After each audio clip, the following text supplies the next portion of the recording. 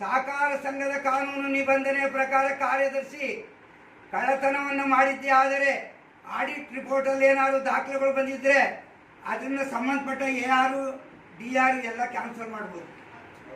ಇದಕ್ಕೆ ಬಾಡಿಗೆ ಪವರ್ ಇಲ್ಲ.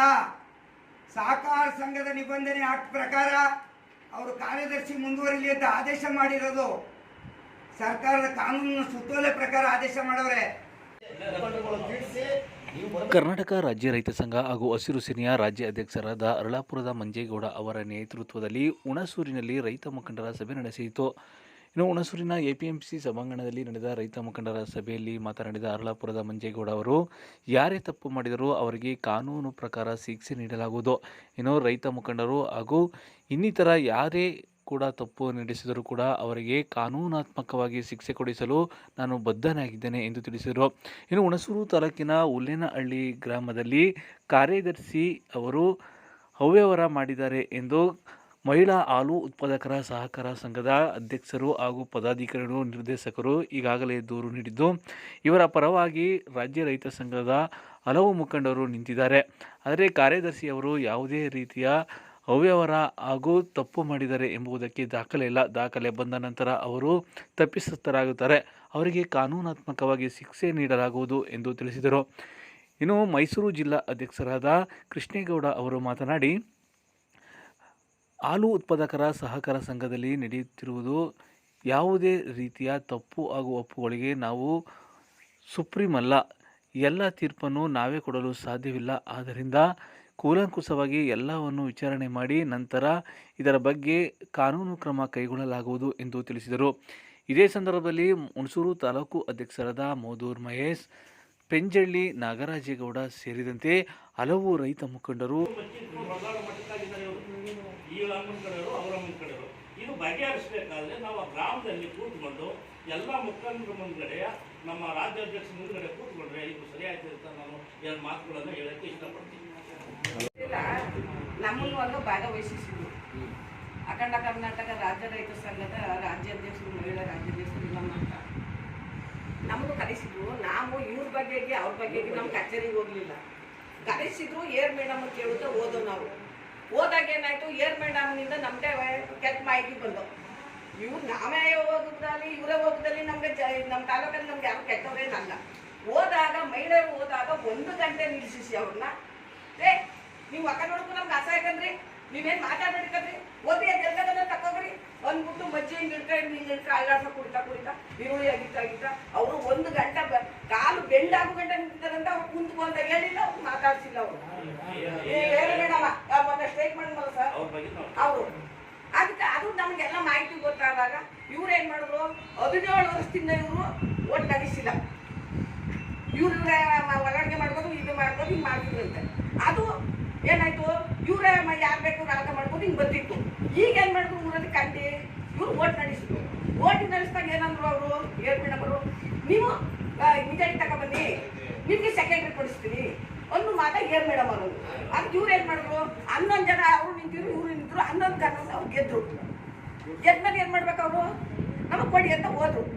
ಆಗುಲ್ಲಕ್ಕಮ್ಮ ನಿಮ್ಗೆ ಕೊಡೋದು ಬರಲಕ್ಕನಮ್ಮ ಅಂತಂದ್ರು. ಆಗೇನಾಯ್ತು, ಊರಿಗೆ ಘಟನೆ ಉಂಟಾಯ್ತು. ಘಟನೆ ಉಂಟಾದಾಗ ಈ ಮೇಡಮ್ ಬಂದಿದ್ರಲ್ಲ ಸೆಕ್ರೆಟರಿ ಅವರು, ಅದಕ್ಕೆ ಸಂಬಂಧಪಟ್ಟ ಡೈರಿ ಸೆಕ್ರೆಟರಿ ಅವರೇ, ಏರ್ ಮೇಡಮ್ ಅವರೇ. ಬಾಡಿನೂ ಸುಪ್ರೀಂ, ನೀವು ಹೇಳ್ದಂಗೆ ಬಾಡಿ ಏನು ಎಲೆಕ್ಷನ್ ಗೆದ್ದಿರ್ತಾರಲ್ಲಪ್ಪ ಕೇಳೋಕೆ, ಬಾಡಿನೂ ಸುಪ್ರೀಂ ಇರುತ್ತೆ.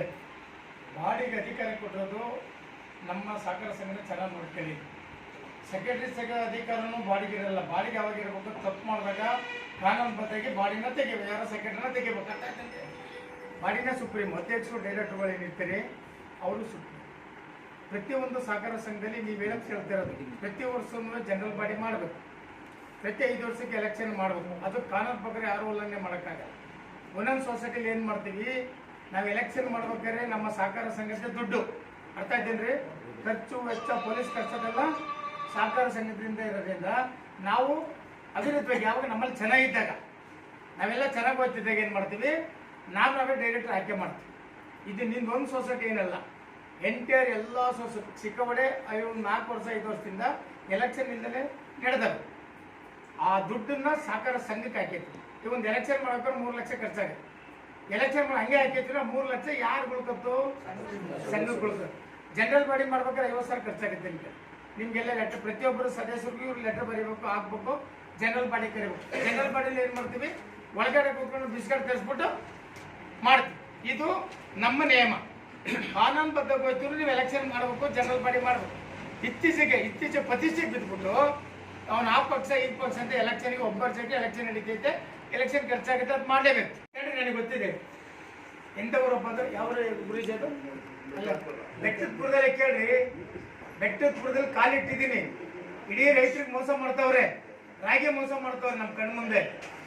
ಇದೇ ಮಾಸ್ವಾಮಿಗಳು ಕರೆದು ನಾನೇ ಟವಲ್ ಹಾಕಿ ಇವ್ರಿಗೆ ಪದವಿ ಕೊಟ್ಟು ನಾನು ಊರಿಗೆ ಹೋಗ್ತೀನಿ. 5 ನಿಮಿಷ ಸಮಯ ಆಗ್ತಾರೆ, ಇಲ್ಲ ಅದು ಗೊತ್ತಿಲ್ಲ. ಸಾಯಂಕಾಲದೊತ್ತಿಗೆ ಒಬ್ರು ಇರಕ್ಕಲ್ಲ ರೀ, ಅವ್ರನ್ನೆಲ್ಲ ಕರೆಸ್ತಾ ಇದ್ದೀನಿ. 1 ಗಂಟೆಗೆ ಒಂದು 500 ಜನ ಬರ್ತಾರೆ ದಳ್ಳಾಳಿಗಳು. ನಮ್ಮ ಮೇಲೆ ಗಲಾಟೆ ಮಾಡೋದು ಅರ್ಥ ಆಯ್ತಲ್ರಿ? ಫೈಟ್ ಮಾಡ್ತೀನಿ, ನಿಂತ್ಕೊತೀರಿ, ಎಲ್ಲ ಕರೆಸ್ತೀನಿ. ನಿಜವಾದ ಕಾಡ್ರಿ ಯಾರಂತ ಗೊತ್ತಾಗುತ್ತೆ. ಶಾಲೆ ಹಾಕಿದ್ರೆ 4 ಜನ ಇರಕ್ಕಿಲ್ಲ. ರಾಜ್ಯಾಧ್ಯಕ್ಷರು ಗೊತ್ತಾಗಲ್ರಿ, 4 ಜನ ಇರಲ್ಲ. ಎಷ್ಟಪ್ಪ? 4 ಜನ ಇರಲ್ಲ. ಆದ್ರೂ ಬಿಟ್ಟು ಬರಲ್ಲ. ಆಮೇಲೆ ಪೊಲೀಸ್ ಎಲ್ಲ ಬರುತ್ತೆ. ಅವ್ನ ಯಾರೋ ಸಬ್ ಇನ್ಸ್ಪೆಕ್ಟರ್ ಸರ್ಕಲ್ ಇಟ್ಬಿಟ್ಟು ನಮ್ ಕಡೆನಂತೆ ಯಾರು ಅಧ್ಯಕ್ಷರು ಬಂದಿದ್ದು ಎದುರ್ಕೊಂಡು ನಿಂತ್ಕೊತಾನೆ. ಅವಾಗ ಸಸ್ಪೆಂಡ್ ಮಾಡಿಸ್ಬಿಟ್ಟು ಇದು ಮಾಡ್ಕೊತಿದ್ದೆಲ್ಲ ನೋಡಿದ್ದೀನಿ. ಯಾವಲ್ಲ ನೆನ್ನೆ ಮೊನ್ನೆ ಬಂದ್ರಲ್ಲ, ಹೋರಾಡ್ತಾರಲ್ಲ ಇವ್ರು ಏನ್ ಪುಕ್ಕ ಯಾರಾಡ್ತಿದ್ರು. ಒಂದ್ಸತಿ ಪೆಟ್ಟು ಬೀಳ್ತವ್ರಿ, ಇವ್ರು ಎಲ್ಲಿರ್ಬೇಕು ಅಲ್ಲಿ ಇರ್ತಾರೆ. ನೀವೆಲ್ಲ ಬರ್ಬೇಕಾದ್ರೆ ನಾನೇ ಬರ್ಸ್ತೀನಿ, ನಾನೇ ಮಾಡ್ತೀನಿ. ನಮ್ಮ ರಾಜ್ಯಾಧ್ಯಕ್ಷರು ರಾಗಿಯನ್ನು ಹಿಡಿದು ನಾವು 1 ದಿವಸ ಎಲ್ಲ ಆಳ್ತಿದ್ದು ರೂಮ್ ಹಾಟ್ ಮಾಡ್ಕೊಂಡು ಅಲ್ಲೇ ತೂಕ ಕರೆಕ್ಟ್ ಆಗಿದೆ. ಅದೇ ಇಲ್ಲಿ ಆರಾಮ್ಸೆ ಒಳಗಡೆ ತಗೊಂಡು ಏನ್ ಮಾಡ್ತಾ ಇದ್ದಾರೆ, 40 ಕೆಜಿ 50 ಕೆಜಿ ಒಂದು ಟ್ರಾಕ್ಟರ್ಗೆ 100 ಕೆಜಿ 100 ಕೆಜಿ ಕಡಿಮೆ ತೋರಿಸಿದೀನಿ. ಅವ್ರಿಗೆ ಕಡಿಮೆ ಇಡೋದು, ಅಲ್ಲಿ ಕರೆಕ್ಟ್ ಆಗಿ ಬರೋದು. ಆಮೇಲೆ ಇದೆಲ್ಲ ಹಿಡಿದ್ಬಿಟ್ಟು ಆಮೇಲೆ ಏನ್ ಮಾಡೋದು, ಅಲ್ಲಿ ಕೆಳಗಡೆ ಕಟ್ ಆಗಿತ್ತು. ಈಗ ನಾವೇ ಹೋಗಿ ಸರ್ವೆ ಮಾಡಿ ಈಗ ಒಂದು ಕೆಲಸ ಮಾಡಿ, ಅದೇ ಬೆಟ್ಟಪುರದಲ್ಲಿ ನಾವೇ ಹೋಗಿ ಸರಿ ಮಾಡಿದ್ದೇವಲ್ಲ ರಾಗಿ ಅವ್ರಿಗೆ. ಹೌದು, ಈಗ ಒಂದು ಕೆಲಸ ಮಾಡಿ. ಏನಿದ್ರು ಎಲ್ಲಾರ ಉಂಟಾ ಅವಳು ಮಾತಾಡಿದ ತಪ್ಪು, ಮಾತಾಡೋದು ಪ್ರೂವ್ ಆಯ್ತಾ? ನಾಳೆ ನಾನು ಸಸ್ಪೆಂಡ್ ಮಾಡಿಸ್ತೀನಿ. ಆಯ್ತಾ? ಮಾತಾಡೋದು ಪ್ರೂವ್ ಆಯ್ತಾ? ರೇಟಿಂಗ್ ಅಲ್ಲಿ ತಾಡಿದ್ದೀರಾ? ಆಯ್ತು ಕೊಡಿ. ಯಾಕೆಂದ್ರೆ ಒಬ್ಬ ಅಧಿಕಾರಿ ನಿನ್ನ ಸೆಕ್ರೆಟರಿ ತೆಗಿತೀನಿ, ಅಧ್ಯಕ್ಷ ಮಾಡ್ತೀನಿ, ಅಧಿಕಾರ ಅವ್ರಿಗೆ ಐತಾ? ತಪ್ಪು ಮಾಡ್ಕೊಂಡ್ರೆ ಕೊಡಕ್ ಬರಲ್ಲ. ಅದರಿಂದ ನಿಮ್ಮಲ್ಲಿ ಗೊಂದಾಗದ್ ಬೇಡ. ನೋಡ್ರೆ, ನಾಗರಾಜ್ ಅಣ್ಣ ಹಿರಿ ಹೋರಾಟಗಾರಿದ್ದಾರೆ, ಇರ್ಲಿ ಹೇಳ್ತೀನಿ. ನೋಡ್ರೆ ನೋಡ್ರೆ